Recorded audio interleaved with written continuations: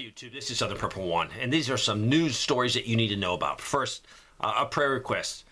There is a subscriber that has a good friend that has a daughter, 31 years old. She does have several children. She was just diagnosed with stage 4 cancer, breast, liver, and lung. So pray for this person. Next, the small business of the day is writingwonders.com.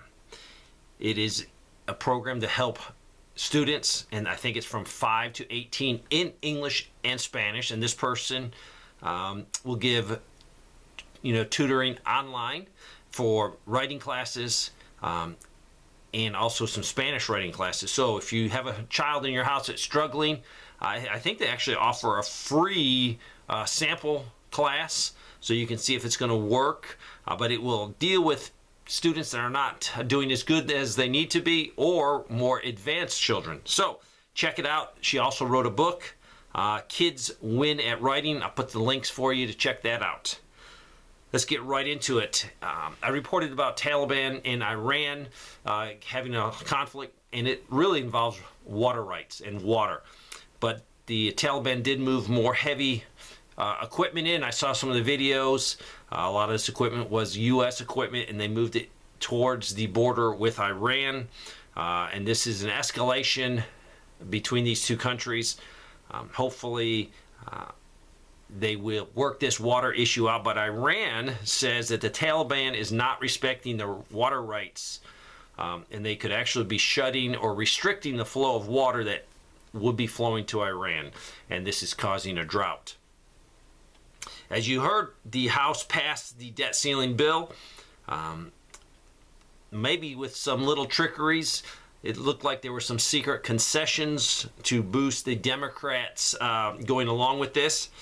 But basically, it's going to authorize within just a few short years, less than years, an increase up to $35 trillion on our debt. Pentagon said on Tuesday that a Chinese J-16 fighter plane performed an unnecessary aggressive maneuver against a U.S. Air Force plane operating in the South China Sea. They said that the Chinese pilot flew directly in front of the nose of our aircraft and had to fly into the wake turbulence from the other jet. So any of these situations that occur could immediately spark a conflict, and that is why we're preppers. So if something happens, we are prepared for it personally. Former Vice President Mike Pence will probably announce very soon that he will be running for the Republican nomination for presidency. Also, the University of Colorado Boulder is under fire this week for a statement that came out of their Pride office. And their website stated that misgendering people can be considered an act of violence. The Guide on Pronouns is reportedly the work of students associated with the office, and states that choosing to ignore or disrespect someone's pronouns is not only an act of oppression, but can also be considered an act of violence. It is a familiar position for many in higher education. Opposing viewpoints are now routinely declared to be violence. That allows professors and students to rationalize their own acts of violence or censorship. I reported about the Marines on the beach in California being assaulted. 9 of those teens were arrested, so we will have to see what the cause of this fight was, and it should all come out in court. The leader of Chinese has called on top national security officials to think about worst-case scenarios and prepare for stormy seas as the ruling Communist Party hardens efforts to counter any perceived internal or external threat.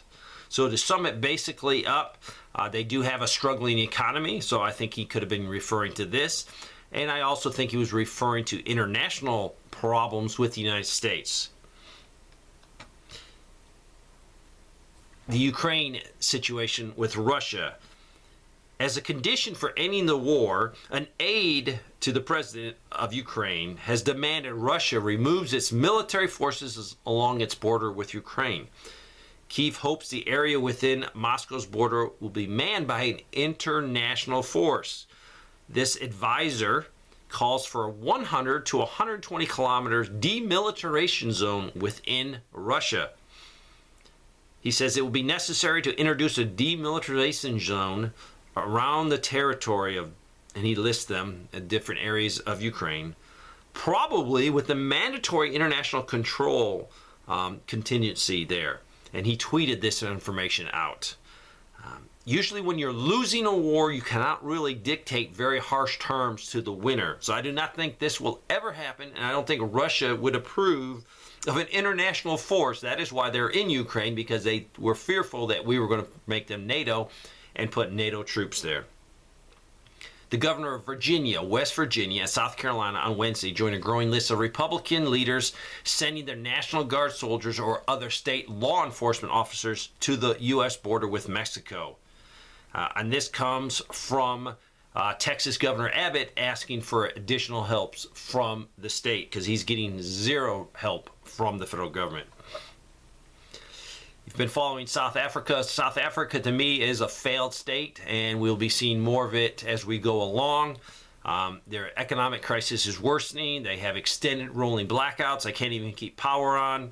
But now they're having a problem with rampant theft of power cables that power electric trains.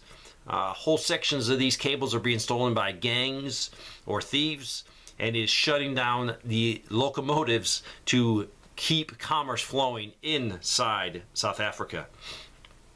I saw a video of a Mexican lady reporting the news, and they actually showed a cartel member carrying a military-grade launcher. And they identified it as one thing, but I'm sure it was an AT-4 anti-tank weapon.